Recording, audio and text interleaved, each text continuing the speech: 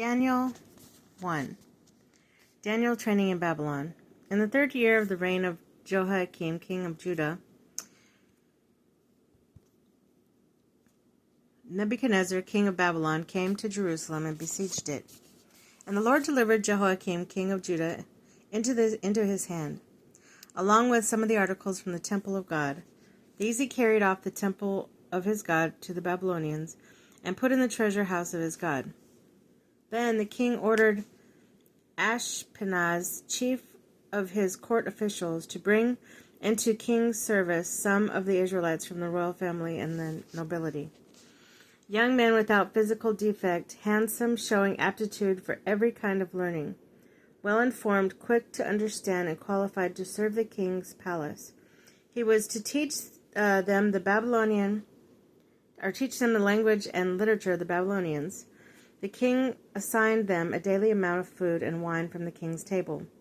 They were to be trained for 3 years, and after that they were to enter the king's service. Among those who were chosen were from Judah, Daniel, Hananiah, Mishael, Azariah. The chief officials gave them new names to Daniel.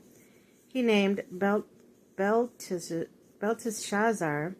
to Hananiah, Shadrach, to Mishael, Meshach, and to Azariah, Abednego.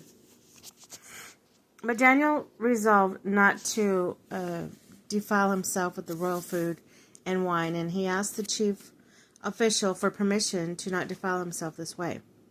Now God had caused the officials to show favor and compassion to Daniel, but the officials told Daniel, "I'm afraid of my lord the king, who has assigned you food and drink.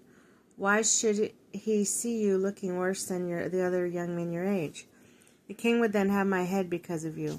Daniel then said to the guard, whom the chief official had appointed to over Daniel, Hananiah and Mishael and Azariah, "Please test your servants for 10 days. Give us nothing but vegetables to eat and water to drink. Then compare our appearance with that of the young men who eat the royal food, and treat your servants in accordance with what you see." So he agreed to this and tested them for 10 days. And at the end of 10 days they looked healthier and better nourished than any of the young men who ate the royal food. So the guard took away their choice food and gave wine, and the wine they were to drink, and gave them vegetables instead.